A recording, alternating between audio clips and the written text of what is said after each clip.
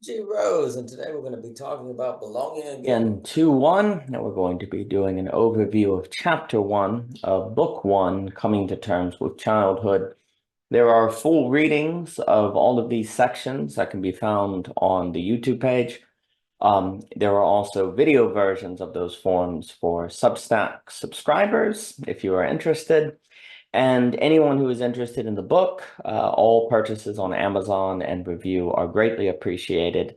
And Substack subscribers can also receive copies of the book. So if anyone is interested in that, that's greatly appreciated. But again, today we're going to be reviewing How Does Anyone Leave Plato's Cave on Their Own? And this is chapter 1. And we've already done an introduction to belonging again to how we get there that we have on YouTube. And book 1 is going to consist, chapter 1 is about how does anyone leave Plato's cave. Chapter 2 is about neurodiversity, Simone Weil, and Nash equilibria. Chapter 3, the plans of affliction or preparation for singularity. And chapter 4, may Gödel's river hole move the sun and other stars. Then book 2, which is going to be getting on the problem of scale, part 1, we'll talk about problem prevention and the hope of it all melting away. Chapter 2 will consider Game B and the Dark Renaissance. Chapter 3, will the problem of scale self-correct? Chapter 4 is this distinction between rhetoric and discourse, inspired by McCloskey and then Kafka. Chapter 5 on fundamental metaphysics of socioeconomics, where we'll talk a lot about Keynes and other economists who note that there's some sort of fundamental metaphysical consideration that needs to be brought into economic schemas. And then chapter 6 will be about the end of true history, where we'll talk about Illich, the work of Andrew and Alex on Story, Mikey Downs on Nick Land, Hidel Last on The Absolute and Hegel, and more. But today we will be continuing to address kind of as these questions that were left hanging from part 1, belonging again and explanation. Can we belong again without regression? Is that something that's possible? And, by regression, we mean, can we recreate the conditions of belonging without falling into a banality of evil, without falling back on xenophobia, othering people, etc. And this is very tricky. There's some sort of belonging and non-belonging, belonging in change, belonging in creativity. And certainly there are people today, here and there, randomly, seemingly just about, who can belong again. But the question is, can we spread those conditions? Can we spread the conditions of childhood? The Hegelian Nietzsche, as we talk about it, belonging again. And those slides are alluding to parts of the introduction that we've done. These are some questions that we're asking. Can we become intrinsically motivated? Can we handle pluralism? Can we give authority to our choices and creations over us, like hanging the law over our own neck, as Nietzsche talks about? Can we belong without stability, guarantees, with anxiety, and so on? And then often O.G. Rose will talk about A-B logic versus A-A logic. We can associate that with Hegelian absolute knowing. Can we spread that kind of logic, which also alludes to work on Korobowski we've been reviewing with the Map is Indestructible pieces and so on. All of this is represented in the question, how do we leave Plato's cave on our own? All of these kind of characteristics, we're not going to repeat them every single time, but we can see this question of how do we leave Plato's cave on our own as an overarching inquiry pointing to all of these. And that will bring us to chapter 1, 1a through 1d, where we're going to be comparing translations of the allegory. Mainly we have the Grube, we have the Barnes & Noble edition, Joette, and the Alan Bloom version. And what's very interesting is when you go back to the allegory and you look at it, rereading old books is a great way to learn that you don't really read very well. You go, oh, wow, there's a whole lot of details I missed. I have that experience. You go back and like, wow, I forgot about that. And so there's something about rereading that's quite humbling. And what's very interesting about this allegory is I think we tend to remember it, most people, I think we see it in our media, in our movies. There's a way in which we think of the allegory as somebody choosing to leave it on their own, but actually in the story, a person is dragged out, or they're pointed out, they're led out. They don't lead themselves. This is not a narrative of how we might leave the cave on our own. In fact, Book 7 of the Republic is interested in pedagogical questions, teaching. How do you teach people? and what is the relation of the teacher to the student, and so on and so forth. So the question that this section is exploring is how in the world did the allegory come to be primarily represented in our culture as about a prisoner leaving the cave on his or her own?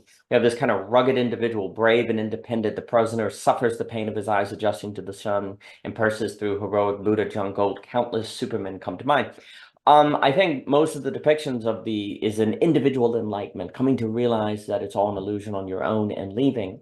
And even if you have Neo taking the pill from Morpheus, he ultimately chooses to take the pill. Morpheus does not force him to take it. And I think often, like with Buddha, there's this kind of individual enlightenment, obviously John Galt from Atlas Shrugged. So how did this occur? And the section is going to be exploring, and also this came up in a conversation I had with Thomas Jockin, like where we came upon this first mover problem. How did the first person leave the cave on their own at the very least? And we felt Plato didn't adequately address the question.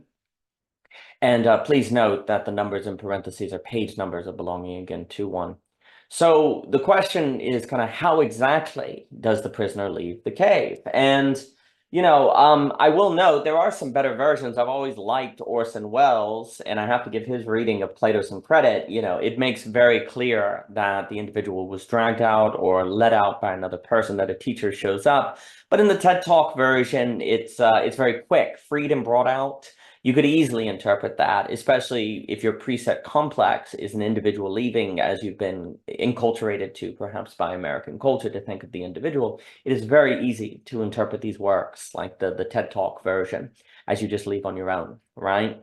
And that's what we're also going. So that's what we're going to go into detail, kind of exploring how exactly this problem of the first mover, we'll call it also the first prisoner to leave on their own, Plato's challenge, how do you leave the cave on your own? This problem, the question is, why has this been overlooked or not thought so much? I'm of the opinion that it's not talked about very much, and I think it's very important. So we're going to discuss the dragged interpretation and the freed interpretation, and why the freed interpretation is so prevalent.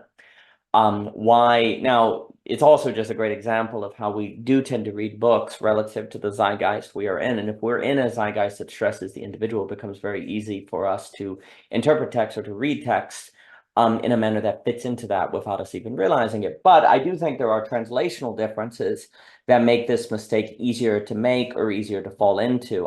So the section of the book is going to go through different interpretations of particular sections of the famous allegory. So we have in the group example, when one of them was freed and suddenly compelled to stand up, turn his head, walk, and look up toward the light, he'd be pained and dazzled and unable to see the things whose shadows he'd seen before. What do you think he'd say if we told him that what he'd seen before was inconsequential?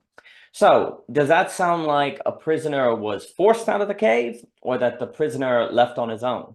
Now, if you're looking for the evidence that he was dragged out, then you could find it here, because you could say, oh, he was freed and compelled. But I would submit to you that actually, if you weren't looking for that detail and were thinking simply in terms, of the zeitgeist of the individual, that would easily fall into an interpretation of someone leaving the cave on their own. They just was freed. Maybe they freed themselves and compelled, like they were inspired to stand up. And then also, what do you think he'd say if we told him? So this is, Socrates talking, and we could mean a hypothetical. What if we were there to tell him that what he'd seen before was inconsequential? But that could be taken as a hypothetical, right? And so I would argue that this interpretation easily fits into a FI interpretation. Well, let's look at the group now. The Joet, that's the Barnes & Noble edition. At first, when any of them is liberated and compelled suddenly to stand up and turn his neck round and walk and look toward the light, he will suffer sharp pains, the glare will distress him, and he will be unable to see the realities of which in his former state he had seen the shadows, and then conceive someone saying to him that what he saw before was an illusion. I think this one's still a free interpretation, a little slightly more dragged interpretation, but like the line, when any of them, and these emphasis are added, by the way, when any of them is liberated and compelled, I think when you say, when any of them is liberated, it sounds like someone is indeed liberating them, versus the first was freed. There's not this of them that helps. The compelled, though, although, that could still be a free interpretation. But this second part too, and then conceive one saying to him, Notice the difference between we told him and conceive, someone say, the word adding the detail conceive there and the duet does make it sound like that there's someone part of the thought experiment in the cave with the prisoner. Conceive someone saying to him. Whereas we makes it more hypothetical and not necessarily the person doing the telling is part of the cave. So you see that difference. So I do think the duet is certainly more, it's slightly more DI, but still on the FI side. Now let's look at the Alan Bloom. Take a man who is released and suddenly compelled to stand up, to turn his neck round, to walk and look up toward the light, and who, moreover, in doing all this in pain, and because he is dazzled, is unable to make out those things whose shadows he saw before. What do you suppose he'd say if someone were to tell him that before he saw silly nothings? I think this is much more on the dragged interpretation side. Now, please note, I'm not necessarily saying that means that Bloom's translation is best. I have no idea. I haven't done the translation work. Maybe the Grube is the most is the best translation to the original text. So I'm not making that claim, but I am saying that Bloom's is a clearer dragged interpretation, because when you say who is released and suddenly compelled to stand up, who is released? That's the word released versus liberated and freed. Release means he's a prisoner and someone sets the prisoner free, much more than liberated and free, certainly much more than free. And then when it goes, what would you suppose to say if someone were to tell him? That someone versus we is much more clearly in the cave with the prisoner. So the someone certainly makes it sound like someone released the prisoner, and then told the prisoner there is a different world. Now we're going to go through a lot more examples in the sections of comparing these translations to show how exactly this freed interpretation became so prevalent. And I think it has a lot to do with the translations giving plenty of evidence, especially if the allegory is taken out of the Republic and put in, say, a philosophy 101 reader or one of those anthologies where you don't have any chance probably of learning that this allegory is situated at the beginning of book 7, which is part of an educational program. If that were done, if you take an interpretation of a translation of the allegory, put in an anthology independent of the context, I think it becomes very easy to interpret this allegory as a story of individual enlightenment. So we go through the translations and kind of compare them. And so what does this all mean? It suggests there is an overlooked question lurking at the heart of the Republic, arguably at its very foundation, one that hasn't been adequately addressed, that we have paradoxically avoided addressing by remembering it as addressed, as perhaps aided by the zeitgeist. This has helped create the impression that the West is taking care of the problem and already does incubate people to leave the cave on their own, when not even Plato describes this occurring. We misremember, and so remember ourselves above Plato, perhaps. So the key here is in misremembering the allegory. We actually are able to remember this problem of leaving the cave on our own as addressed, because we think we've taken it seriously. Because if we remember the allegory as an example of leaving the cave on their own, then we can think that this is a question we've thought through, because it's right there in this foundational Western text. But the misremembering actually contributes to a failure to address. And so this is kind of the issue. This interpretation of the allegory has hidden a major problem, I think, which is the problem of how does anyone leave Plato's cave on their own, or who set Plato free? How did Plato leave? And that's what you can say it's the unaddressed thing that we've come back around to at this moment in history, this contradiction in a Hegelian sense that now has to be addressed. It does seem to be the case that some random people can leave Plato's cave on their own. So we're not saying that there are no people like this that exist. And perhaps for most of history, it was fine for us to interpret this foundational Western myth as either an ambiguous mixture of guidance plus free choice, or as a myth entirely about free choice. For overlooking an unresolved question of the allegory, how would anyone leave on their own, was not so consequential. And perhaps Hegelian, the error even had a historic function. So we're not necessarily saying that history has been a giant mistake for overlooking it. Maybe that interpretation of the allegory that stressed the FI actually played an important historical role to get us to where we are, this moment of absolute choice. But as we will argue in Belonging Again Part 2, it seems that we can no longer afford overlooking or misinterpreting the allegory in a way that contributes to us failing to see a problem that we have yet adequately addressed. For now, we need to be intentional about intrinsic motivation and drive. So again, there can be a role for the FI, the issue, the FI interpretation. The key is that now there seems to be something sublative that needs to occur, a certain movement into subjective universality, as Cattell will stress, the absolute knowing, communities of absolute knowing, spread of childhood, and all of that, I think, for us to think, requires to really look at this problem of how does anyone leave Plato's cave on their own and to take it quite seriously today.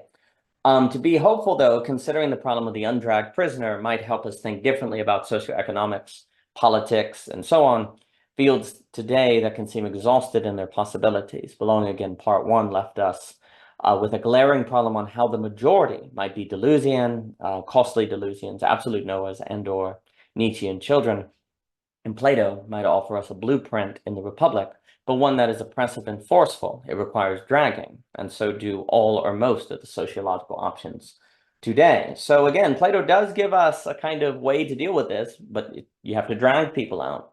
But of course, the problem with that is the suggestion is that if we can't figure out this problem of how people can leave the cave on their own, that may mean we ultimately keep falling back on something tyrannical and oppressive, or dragging people out, because that seems to be what Plato supports, although we'll discuss in a moment why we shouldn't be so judgmental of Plato, because he may consider the stakes and difficulty of the problem better than we do sometimes.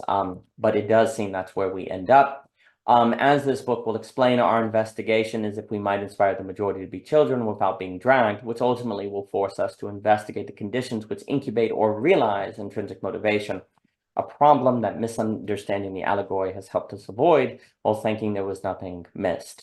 Looking very far ahead and Belonging Again, say 2-3, we will need to think things instead of someone dragging you out of the cave. What can the characteristics of the cave be to incubate inspiration in people to leave? That's going to get us into architecture. That's going to get us into the medium condition and things like that. But thinking in terms of architect to work on our loves, as someone like James K. Smith will discuss, or new habitats to reference sociology, those are going to be very important. But there's a problem here we've overlooked. If we could address this problem, though, then there could theoretically always be hope, even if that hope was unlikely. There must never be a game over under that condition until the game was indeed over. In pursuit of that thread, suggesting no cave must be our final resting place, we will next connect Plato with Nietzsche. So moving on, next we will discuss in 1-2, Plato, Nietzsche, and beastocentrism. And this is all going to be pointing to and alluding to a presentation done at Philosophy Portal, part of the Thus Spoke Zarathustra conference, and a paper featured in Abyssal Errors. The full paper is there. It is not in Belonging Again 2.1. We simply reference it. And what I would like to argue is that we can actually think of Nietzsche as aligning with this question of how does anyone leave Plato's cave on their own? I would say that at least one of Nietzsche's core projects can be seen as a deconstruction of what I call beastocentrism, which is to say the prevalence of a dynamic of transaction, handing down, giving, and so on at the expense of becoming, which is to say we do and think like we do because of something external and extrinsic. This does not mean all bestowing is bad. Bestowing to some degree is inevitable. If the problem is it becomes our main focus of thinking, of designing systems, of designing ourselves. It's bestow-based. And to deconstruct beastocentrism is pedagogically significant, socially consequential, individually transformative. Nietzsche understood the depths of the change, because we can see the prisoner and basically someone comes down and bestows upon the prisoner the truth and then drags them into it. And, and that dragging is an act of bestowing, because you're bestowing upon them an experience of a different world. So what ends up happening is Nietzsche is basically ultimately pointing to the possibility of prisoners who could leave the cave on their own, ergo children. I think to understand that, the paper in the Abyssal Errors anthology is really going to be stressing Book 5 of the Gay Science. I think it's very unique in unveiling Nietzsche's core against beastocentrism. book 4 is going to end with the beginning of Thus Spoke Zarathustra. Right before that, the eternal return, and maybe right before that, or pretty close before that, the death of God with the madman. And then Nietzsche goes off after writing book 4 of the Gay Science. He writes Thus Spoke Zarathustra and Genealogy of Morals, I believe. And then he comes back and he writes book 5 of the Gay Science. And I think that is big, because it's as if at the end of book 4, there's a certain grasping of the depths of the challenge. There's a certain understanding of what needs to be taken on. And I think when he comes back to the Gay Science and he adds book 5 might be the most, I don't know if I want to say systematic, but kind of the clearest encapsulation of Nietzsche's mature thought, before you can argue that he begins to cognitively descend for whatever reasons afterwards with his far later works, mental illness. But before that, I think book 5 of the Gay Science is uniquely useful for seeing where Nietzsche's thought is going. And a few sections, I think, which can help us understand that Nietzsche's critique of religion is more egalitarian and fundamentally a critique of beastocentrism. Everyone knows he critiques religion, but what's interesting in book 5 is the reasons he critiques religion. He very similarly critiques science in section 344, logic in 348, knowledge in 355, profession in 356, and then there's plenty on religion and culture. He doesn't just critique religion, he critiques science as being a way to avoid ourselves, nationalism as a way to avoid ourselves, profession. All of these can be ways where something external can bestow upon us an identity and a direction, and he's critiquing all of it. And he sees all of it as inadequate for the new paradigm that we are in after the quote-unquote death of God, that is going to require some sort of childhood and ability to leave Plato's cave on our own. And so that, this is just an example from the paper found in Abyssal Arrows. I highly suggest you pick up a copy. What it will do is it will take a section like 356 from book 5 of the Gay Science. It will give my interpretation of it, and then how it fits with this notion of beastocentrism. So for example, in section 356, we're going to talk about how consciousness is toward joining the crowd, and the crowd is in the business of markets as forced by costs, needs, and bills, and it seems natural to gradually, with time, entirely align ourselves with our occupations, which can bestow on us an identity. But so bestowed, our motivations and sources of will are externalized and outsourced, gradually eroding our capacity to motivate ourselves. So that is my interpretation of 356, and a way to read it as critiquing beastocentrism. And then it will go into detail under that summary of my interpretation for the citations. And, the paper just goes example by example on making this case. I think a way to think about this is in a very similar way to how Derrida's critique, he kind of critiques what he calls logocentrism, which we could see as a critique of philosophy based on presence. Obviously, Derrida famously stresses the divide between the signifier and the signified, difference, endless deferral. And there's a way in which what Derrida is doing seems kind of simple and not really a big deal. But actually, if you rethink the world in terms of not in terms of presence, it's quite a dramatic shift. Well, so I think it goes with beastocentrism. So it's a kind of like logocentrism in Derrida. And before I forget, do check out Owen and the Agon's work on Nietzsche. He has some wonderful presentations on Thus Spoke Zarathustra that I really liked. So again, from the paper in Abyssal Arrows, to deconstruct beastocentrism is pedagogically significant, socially consequent, individually transformative. And Nietzsche understood the depths of the change. What does it mean to philosophize without handing something off? What does it mean to teach without bestowing? Is that possible? Numerous questions arise. So, in the same way that if we deconstruct logocentrism, a whole lot of questions arise. So it goes with beastocentrism. Everything changes if we take that seriously. Now, the next section, 1.3, is going to be discussing something Justin Murphy brought up in a reading group on the Republic. And I really liked this point. And what Justin was talking about is right at the beginning of the Republic, there's this really odd episode that I personally had never paid attention to, but Justin drew my attention to it. And it's this weird story where Glaucon and Socrates are kind of going down the road and they're going somewhere. And the slave boy of a powerful individual, Polymergus, kind of comes along and says, "Hey, you've got to come see my master. He wants to see you, and you really need to go, and you have no choice but to stay." The slave boy says, because Polygamus and his men are stronger than them. Either they have no choice because these people are stronger than them. So it's this really odd episode that begins a republic. And basically what we're going to argue is, Socrates has this conversation. He's trying to convince the person, well, what if we were to, you could let us go. And he's like, no, I'm not going to do that. We could say no. And it's like, well, I'm going to force you to philosophize. But then Socrates kind of says, well, what if we were to convince you to let us leave? What if we were to, just kind of debate with you and convince you for us to go? And Plagomeragus gives this what I think is kind of a staggering reply. And it's very interesting that this is at the beginning of the Republic, as if it frames the entire Republic. And he says to Socrates and Glaucon, could you really persuade if we don't listen?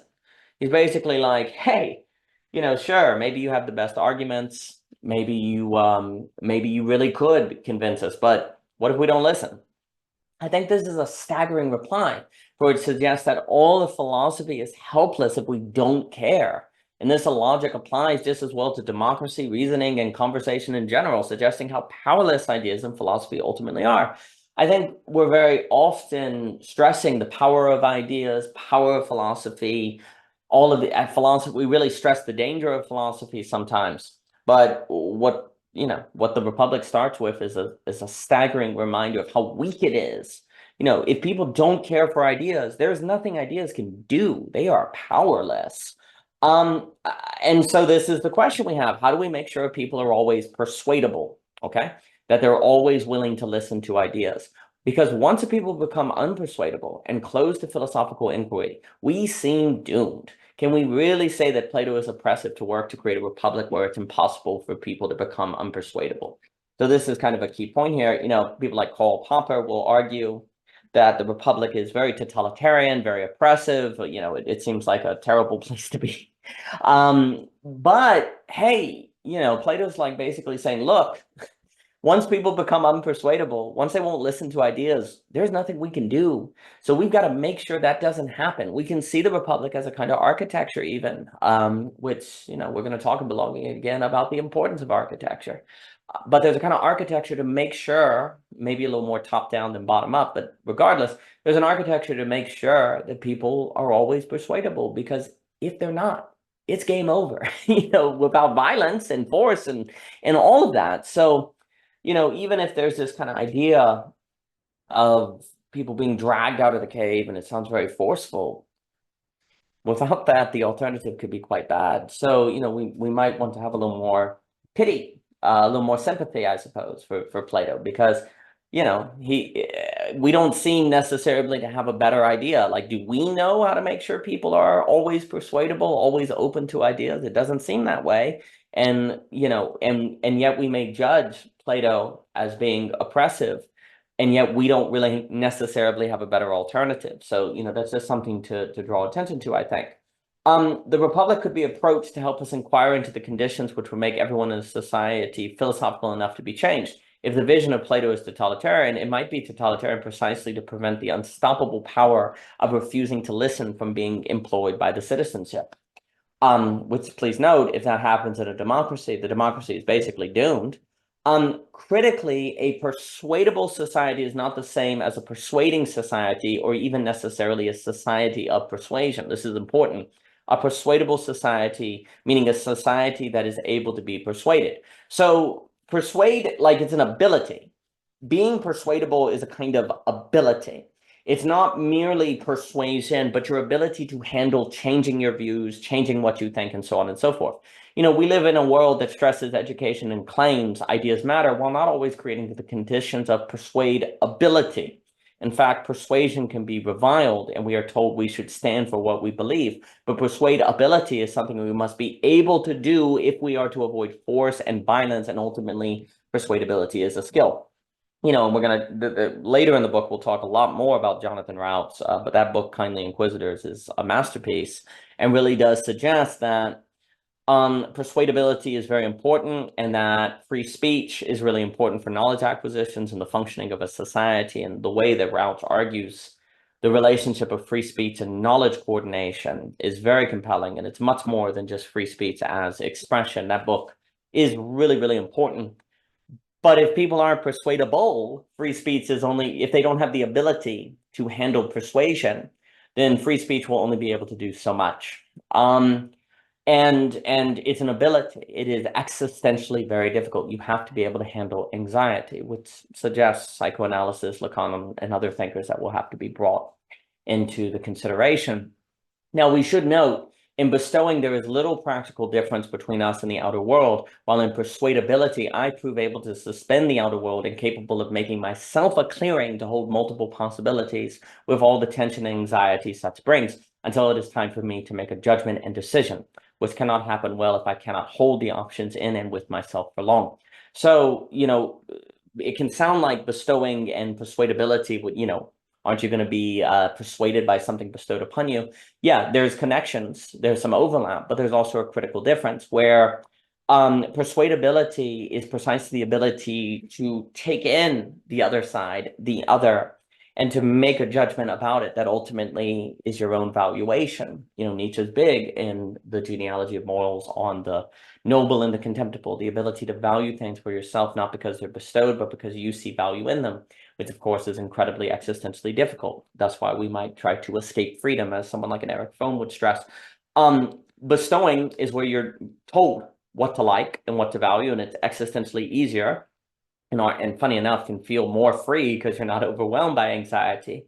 Whereas persuadability means you're able to take in and change what you think because you see a reason to change what you think. So there's a motivation, your own valuation that's occurring, but it's an openness to the other that meets your ability to evaluate for yourself. So it's a relational activity, but an incredibly difficult one, and it is not one that we as human beings just naturally have the ability to do. In fact, we seem more equipped to naturally try to avoid persuadability, to confirmation bias, and so on and so forth.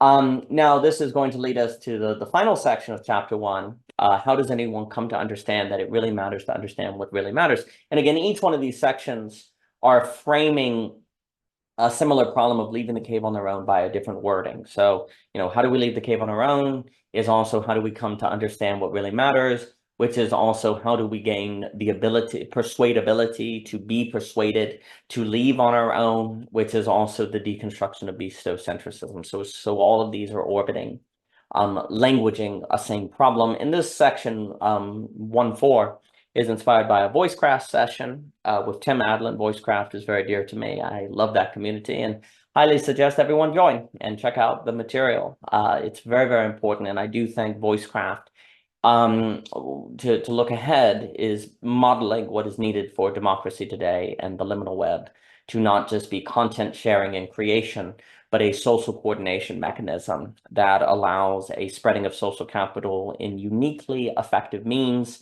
that would democratize, if you will, the network effects that for most of history have been monopolized by elites or concentrated in the geography of college areas. That can change now, but it will require skills like voicecraft and the spread of childhood, as we've talked about, which go together. But anyway, Josh Fields had this wonderful point, Mr. Fields there, and then Tim Adlin, on this idea of how do you get people to understand what is truly important, and how do you get people to come to understand the importance of understanding? Like, how do you get people to understand that it's important to be persuadable? It's important to think ideas, to explore philosophy. Like, how do you get them to get that? And you know, we can associate this with Plato's challenge. I think some various capacities that go with this is epistemic humility, non-rational discernment. Non-rationality is a big theme in O.G. Rose. Conditioning, we'll talk about conditionalism very often, and the absolute choice. So, you know, these questions are also tied to how do you get people intrinsically motivated? How do you get people to value things for themselves? So these are similar questions to that. And we could say, you know, a Nietzschean child is defined in this work as someone who can leave Plato's cave on their own. And it is clear that there have been people like this in history and among us today. Yes, so we're not saying that no one has ever existed like this. It just seems scattered and random. The question is, can you spread the conditions of possibility to increase the probability that more people get that it's important to understand, that it's important to understand beauty, so on and so forth. Now, we should note, didn't Peter Berger teach us that we're all existentialists now? So doesn't that mean we've all left Plato's cave? Well, this is where I think the conflation of the allegory with a free interpretation is problematic, because if you stretch those together, the very fact we are existentially destabilized today can be taken as evidence that we have left Plato's cave. We see the deep state, we see the illusions, right? We see all of the plots against us. And I think that's why I think, unfortunately, that FI interpretation of the cave put together with the spread of existentialism creates this hermeneutic of suspicion, some have called it, or this feeling like there are all these plots. We see them online everywhere. I won't go into detail because in like 3 videos now, I've had they've been removed. Going into those details, I know it's just the algorithm finding things, but it's very interesting where not even a human reviews it, it's just a robot. There's a Kafka-esque dimension to that, which is problematic. But anyway, even if you're critiquing them, that's what's very interesting. I do think Jim Rutt has noted that, I know this is an aside, but Jim Rutt has noted that a problem is that these algorithms might be selecting structures that just kind of look intricate, because in looking intricate, they can look like maps that are thinking of all these kind of plots going on. But that means it's actually taking out a lot of philosophy videos, which, you know, that could be a war against thought, as Jim Rutt put it. And I think that could be a problem.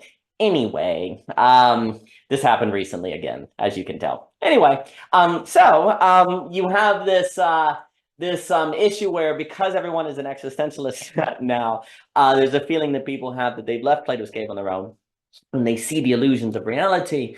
But actually, it's not necessarily the same. For to lose Givens is for us actually to be dragged out of Plato's caves by sociological forces. We are yet at scale subjects who are able to leave Plato's cave on our own, which of course could just suggest we've been pulled out of the cave, we're not able to handle it, and so we're pathological, which is argued throughout O.G. Rose has been something that's going on. Like, we're being forced to be philosophical before we're ready to be philosophical, which of course is a recipe for political backlash, populism, and all these other problematic things, the spread of Pandora's rationality, so on and so forth. So it's a major issue. So it seems like we've advanced and seen the truth, and in a way we have, but we are yet at scale to be subjects who can live with this truth. That would require us to become subjects who can leave Plato's cave on our own. And if we've already been dragged out of the cave by the loss of Givens, in a sense, that might make it all the harder to become children. After all, what's the point? If there is none, that is why the choice can be an abyssal and non-rational absolute choice, again, discussed throughout O.G. Rose, which means it can negate sublate AA into AB, thus becoming neurodiverse, and capable of avoiding Nash equilibria. So there is this problem if everyone's like, well, we've left the cave, so, why worry about, we all know the truth now. We're all seeing the simulacra. We're all seeing the illusions. So why do we need to worry about leaving Plato's cave on our own? Well, because if we're not able to handle the things we look at, we could be destroyed, like a Lovecraft creature, or seeing too much of Beatrice's smile before we're ready for it.